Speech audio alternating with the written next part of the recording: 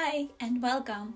My name is Deiti and I'm a knitwear designer. This is a podcast where I'm sharing little sneak peeks behind the scenes, new designs that I'm working on, and of course, inspirations behind them. Let's get started.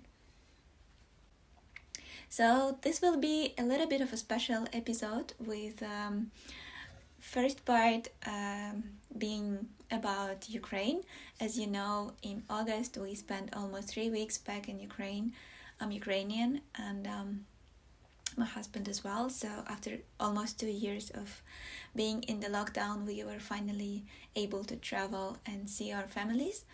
So this first special part will be about Ukraine and knitting related and not so much knitting related things that inspired me. And then the second part will be about a new design that I have on my needles.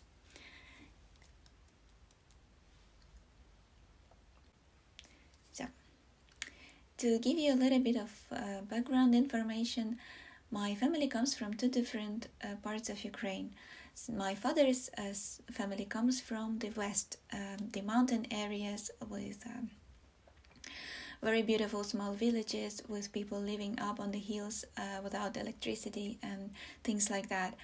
It's a very, very beautiful region. I absolutely love mountains, and even though we have never lived there all the time, like we only came to visit the family, but I am much more drawn to this region for some reason than to the other regions. And my mother's family is coming from the north, the area which is also very highly wooded and has a lot of bogs and like a little bit different. There are no mountains, there are small hills, but no, it's mostly flat, but very green, very rich in all kinds of vegetation. I really love bogs with all the mosses and lichens and everything. It's very wet and green and absolutely beautiful.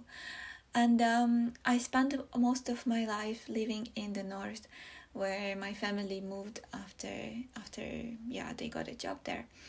And this time we managed to travel to both parts.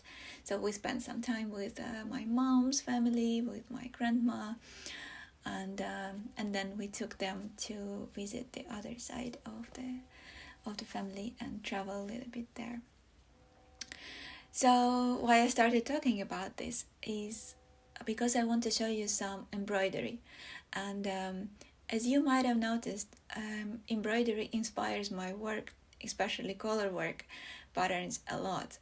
And this is something that I grew up with. I could see it everywhere, on pillowcases, on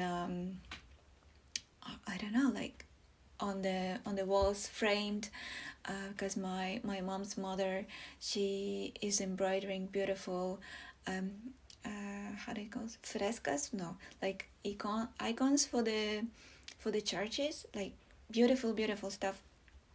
And a lot of embroidered shirts, this which is usually traditional Ukrainian clothing. And so it was always around me. And this time when I came back home, my grandmother, who is now 80, I don't remember how much, 80 something, she finished embroidering a shirt for me. And the traditional Ukrainian shirt is called vyshivanka, which is literally translated as embroidered shirt, blouse, and this is how it looks like.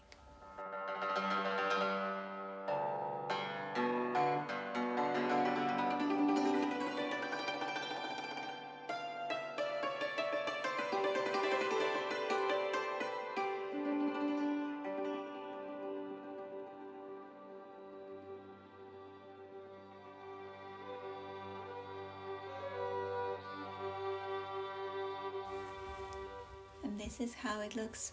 It is a sleeve, and then I have to turn it into a blouse. It is already cut out, but I have to sew it, and I'm really nervous about that because I'm not so good in sewing, especially with a machine. I'm much better in hand sewing, so probably I will hand sew it. But yeah, so speaking of embroidery, this kind of pattern is actually from the West.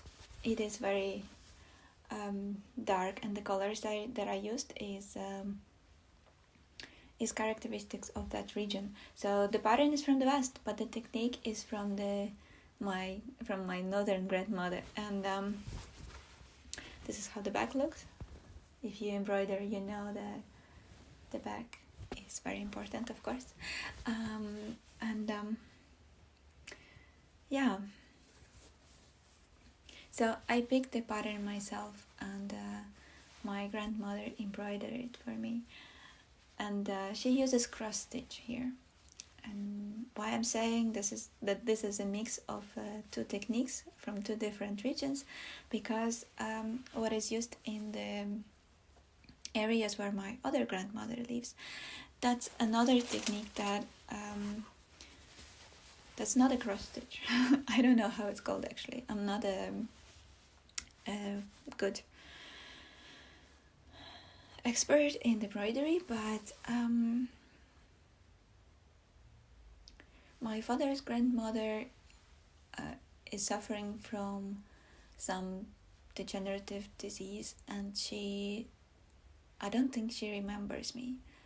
And this time that we've been there, I had the feeling that she didn't realize who I was. And still, it was so much more special that I got this present. The tradition in many Ukrainian villages, and back in the time, it was that if you had a girl in the family, you would prepare a lot of things to give her as a dowry when she gets married. And in the West, they made these huge pillows, I don't know, 80 centimeters by 80, or I don't know how big really. So yeah, I think it's 80 by 80. And my grandmother had those pillows from her mother, and from from many generations. They were just standing in a special room when no one was sleeping. They were just standing on the sofa, like in the rows, with fronts embroidered. And I asked for one of those pillowcases, and it is really, really old. It changed the colors already. Some of them faded, and this is one of those cases. Like you see, it's 80 centimeters, I think, and this is the front of a pillow. So if you put it standing like this on its side, this is what you see, and it looks absolutely gorgeous, and it's so special. And if you can see it, the technique here is different. So these are just floats. They are not fixed. These are just threads of thread. And they give this really, really beautiful texture and patterning. So I have this other piece of embroidery that I brought back with me, and it is a huge pillowcase with like a very old fabric, probably hand woven too, and it's very yellow. It's very old, but I think I really appreciate having it. The other one, you've seen it already, and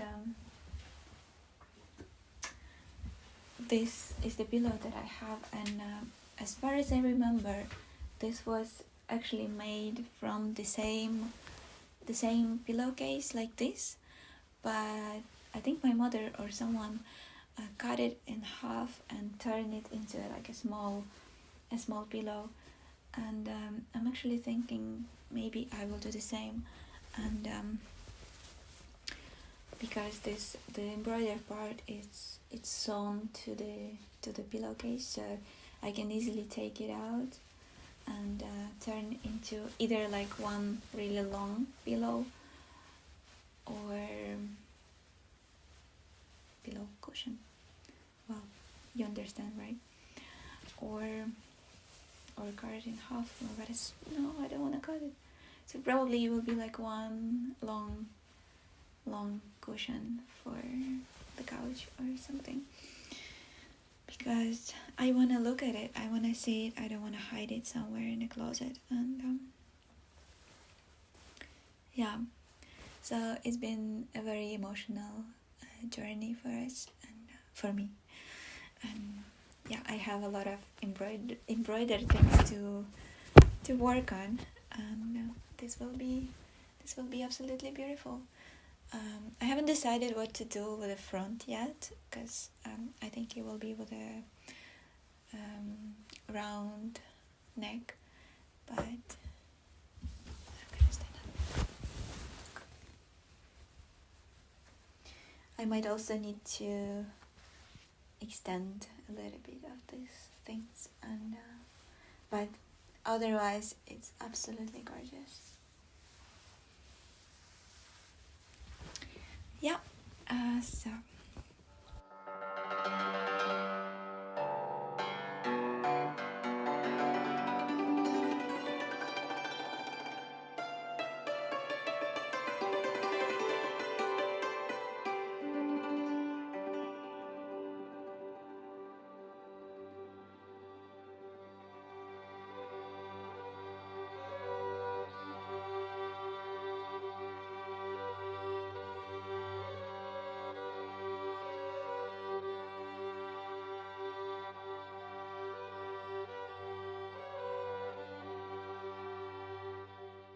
another thing that I wanted to show you is absolutely beautiful ceramics.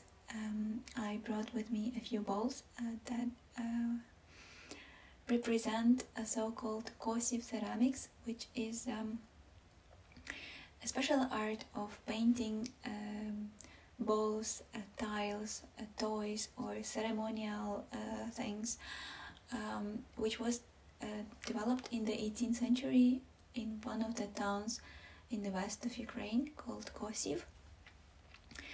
And it is characterized by these green and brown color combinations and beautiful patterns. It is actually been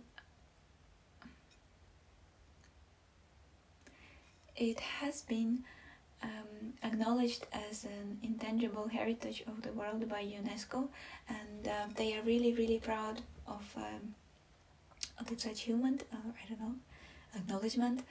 And yeah, I bought 2 of these balls on one of the markets, and those are handmade, hand painted, and I mean everything is hand by one of the makers there, so I have a signature here, and these are absolutely beautiful.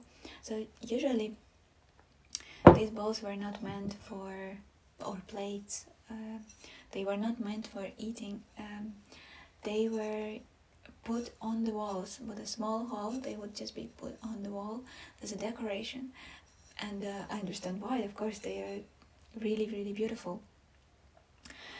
But I got this for food, because, well, I like my food to look nice, right? And I'm really happy with them. It's I have so much how do you call this, visual pleasure when I eat something from them, or just looking at them standing. I would happily put one on the wall, so that's also no problem. But yeah, look.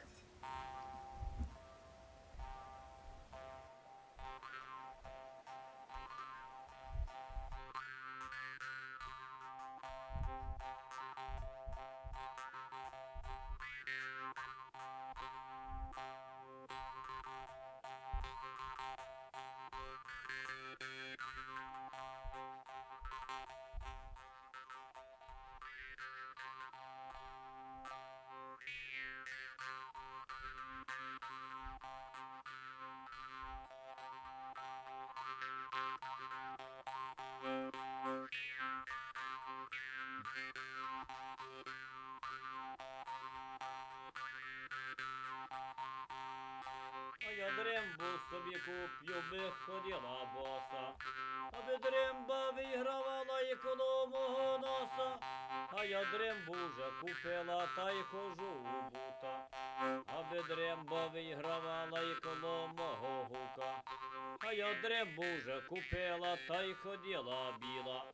Аби дремба вигравала і коло мого тіла.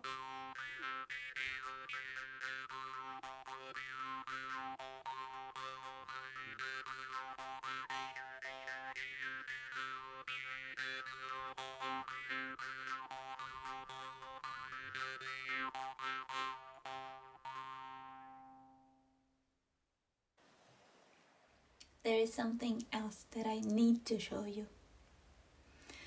I ordered these pillows back in, I don't know, 2019 or somewhere in, probably 2019, right before everything closed. And I ordered them in Ukraine, of course, and I thought the delivery will be really expensive to Netherlands, and I asked them to send them to my mother's home. And these beauties spent there next like 2 years before we managed to fly back and pick them up. And this is another story from the West. So in the West, I already showed you, there is this tradition of weaving blankets for the beds from sheep wool. And growing sheep, of course, in the mountain areas is very popular, and they make cheese, they produce wool, but traditionally we didn't do much knitting. Weaving was very popular. They made a lot of fabrics from sheep wool, and of course, woven blankets and like outerwear, everything was made from wool, but knitting per se was not popular as far as I know, because I haven't seen many. No, even if you go to the museums, you don't see old knitted stuff. I think knitting came later, and in part I think it's due to the breeds, the sheep breeds that are grown there, that are popular there. They are mostly bred for milk and meat, and wool is probably secondary. So the wool is usually really rustic, very scratchy, and it is really nice if you want to make blankets or outerwear from it, fabric, but for knitting probably not so much. And well, if you know better, please let me know. Maybe I'm saying nonsense here.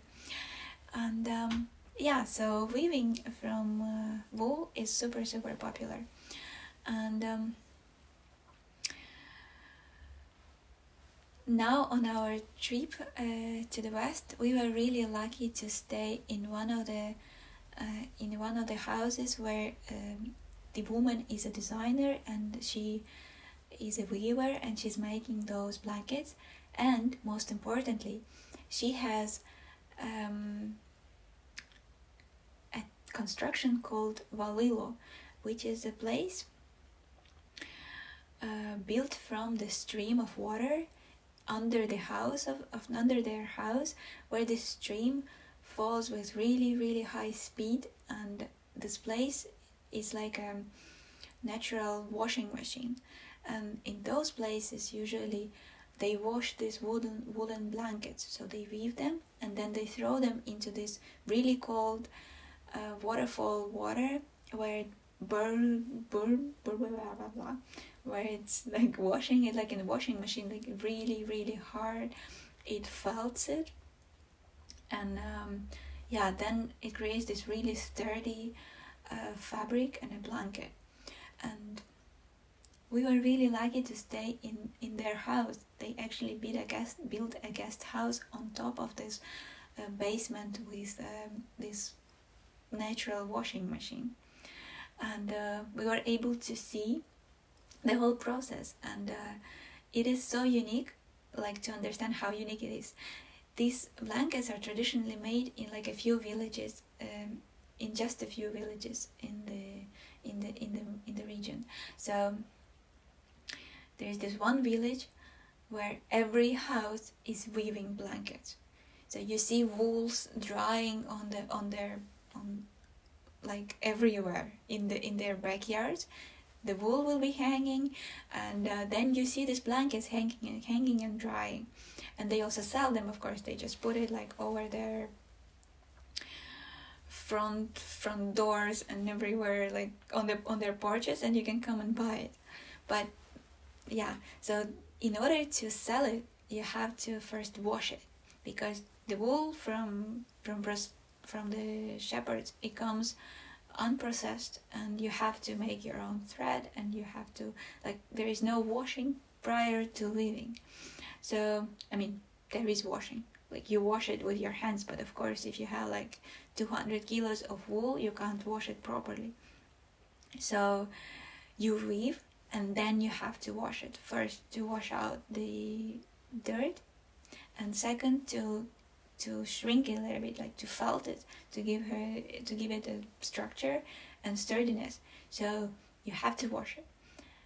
And because the building of this washing machine, this natural washing machine, is so complicated, there's usually 1 or 2 per village. And like for us, being able to stay like right on top of it and see it and hear it like all the time, because it's burning, you hear this noise, this water, the noise of falling water all the time. And when you sleep, it's just marvelous. And being able to see how the whole process goes. So the whole village will bring their woven blankets and, I don't know, throws and everything to this place, and wash it there. And we were just sitting there watching all of this magic. Like, yeah, it's been absolutely brilliant, and very inspiring to see these people, to talk with them, and yeah, get inspired from their craft and from the way they do things, and they do them for centuries. And yeah, it's absolutely beautiful. And what they make is breathtaking. And the prices, oh my, I wish you knew how cheaply they sell them. And I'm just really sad for that. But yeah.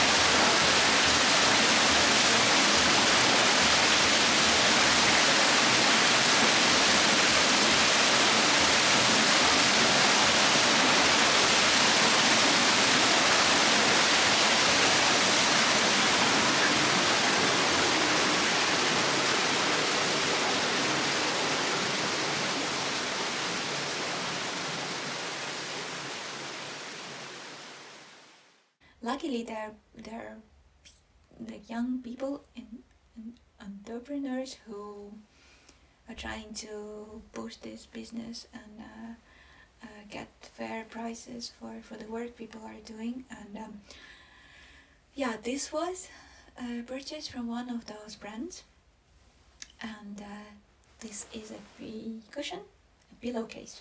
So this is a cushion, and it is woven. And these are just like I don't know, threads that are sticking out, and when they are washed, they become like this. They kind of felt, and on the back there is like all the hand woven fabric. So it's not perfect and absolutely beautiful. I got this cushion, and I also have another one like this. This is what another technique how to weave. And then this really orange. I didn't expect it to be so orange, but yeah, we have an orange cat, and it kind of makes sense. So I will insert all this footage into this video, and I hope that looks nice, and I hope that inspires you. I will also link the website for this kind of cushions, and they also have throws and blankets and everything. I also have a small rug from them, which is lying here on my small sofa, and this is also from them. So it's just like a small rug that I'm using as a kind of blanket, so I'm just sitting on it. And I will link everything down below. It's not sponsored, but I would really like for people who live from it to get fair pay, and unfortunately back in Ukraine it's not possible, because for many people, if they do fair prices, for many people that would be expensive. And for us from Europe or United States, we do appreciate their work and we can pay the fair price. So I would really appreciate if we could support them. And when we were there, I was talking with this lady who the owner of the house, and she told me where she bought yarn, and I actually went and bought some yarn that they kind of think that can be hand knit with, and it's a bit of a disappointment on one hand, because this one is super beautiful. It is very rustic, and I thought that I could knit with it. It's unspun, and but it is very loosely made into this thread, and in order to knit with it, I would need to hold it double. Like, it's already really thick, but in order for it to not fall apart, I would need to hold it double, and that would be like super chunky. And given that it's so rustic and that it will felt after blocking, I'm not sure what to do with it, because this will probably be a really nice rug or carpet. So this is the yarn they use for weaving. They also like probably take it 2 or 3 times, and then use on the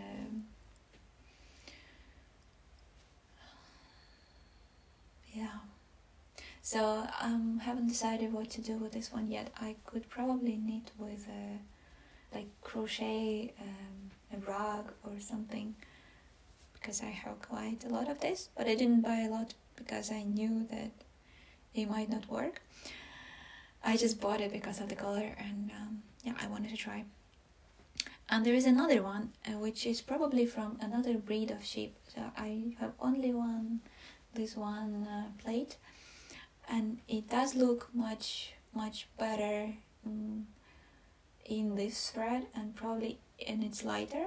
So if I take 2 of these, I could knit with it, and it's much softer, and I think it's a different breed, so this could actually go really well with my nutiden, because I will show you. I have this oxalis from which collection was it? Like from last year probably. Yeah, last year for sure. And I couldn't find a good match for it, so I think maybe like a really high contrast could be nice. I saw someone made my between petals in dark brown with white, and it looked absolutely beautiful. So maybe I will do like white color work on this beautiful wine background. Yeah, I have to try and see, because I haven't tried knitting with this one yet. I tried with the other one, and yeah, it was a disappointment, and then I just didn't want to get double disappointment, and I left this for later. So yeah, that's it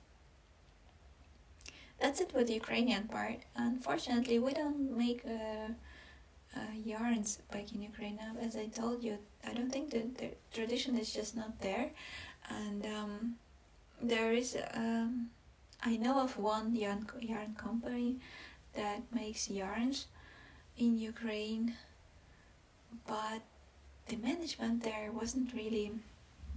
Yeah, I tried to contact them a few times, asking for, I don't know, their colors or asking for prices, and they were not really forthcoming, and I think I just gave up. Sometimes dealing with your own people is difficult, so maybe that will change one day, and I would be happy to work with Ukrainian companies. But for now, even these ones, the company that sells this weaving, yeah, it was I wish I could offer you a discount or something, but this is not an advertisement, and I don't think they will thank me for that, so whatever.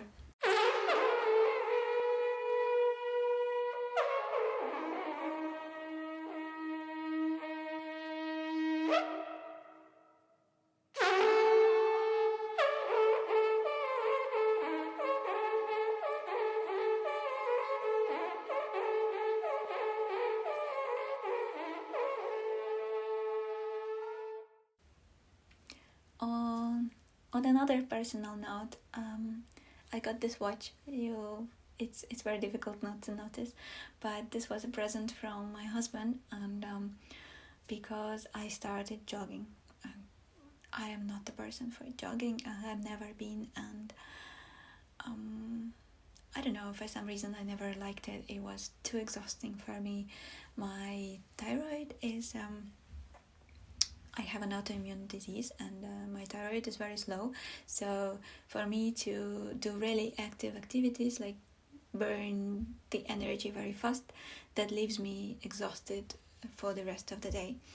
But I've been working out slowly and preparing my body for more activities, and in September I finally started jogging, so like slowly, and I will just get the blood moving, and excuse me, and yeah, so that was the goal. And I didn't mean to get any of the devices. I was just like, yeah, I will just do it slowly in my own tempo, no extra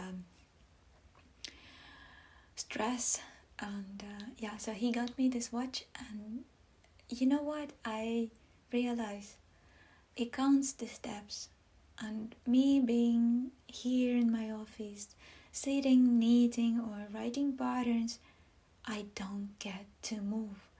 I was looking at this counter, and they recommended 8,000 steps a day, and I was like, on some days I would only get like 2,000, and that's just like me walking around the apartment.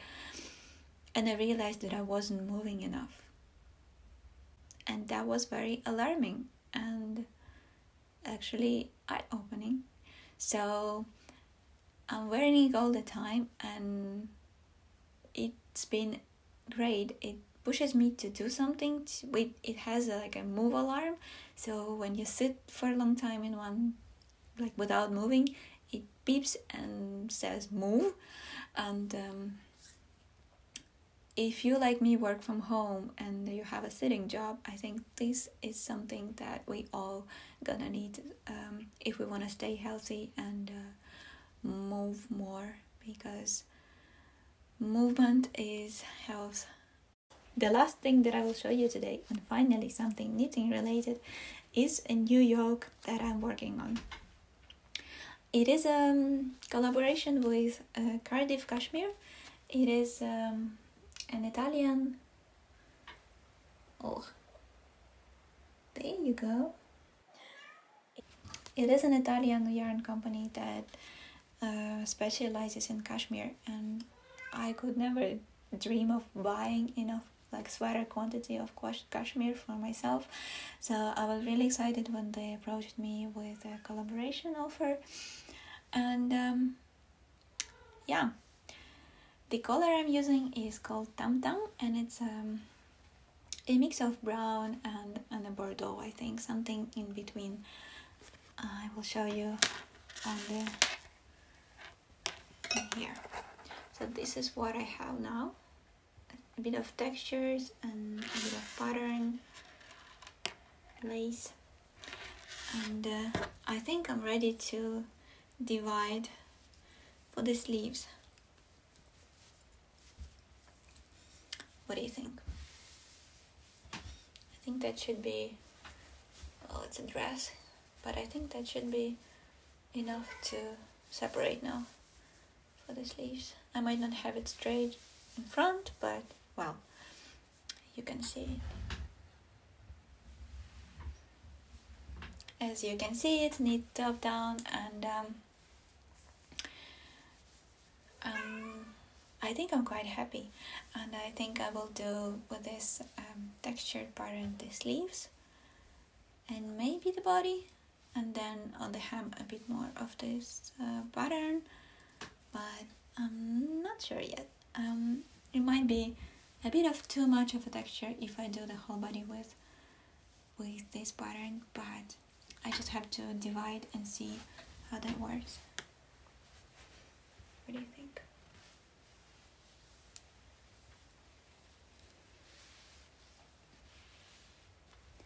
So yeah, if you are one of those people who would like to test knit for me, this should take me another I would say 2 weeks, so like 1 week to finish and write pattern, and then wait for the tech editor. So this should be ready in about 2 weeks for the test. And yeah, it's absolutely gorgeous. It's super light. Well, I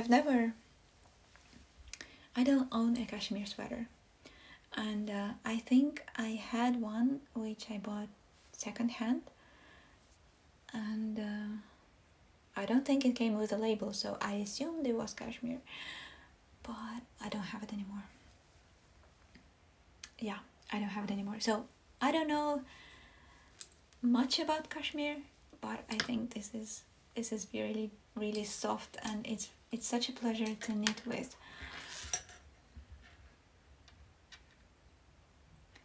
Yeah, it's really beautiful, and yeah, you can see how soft that is. Yeah, this is the color.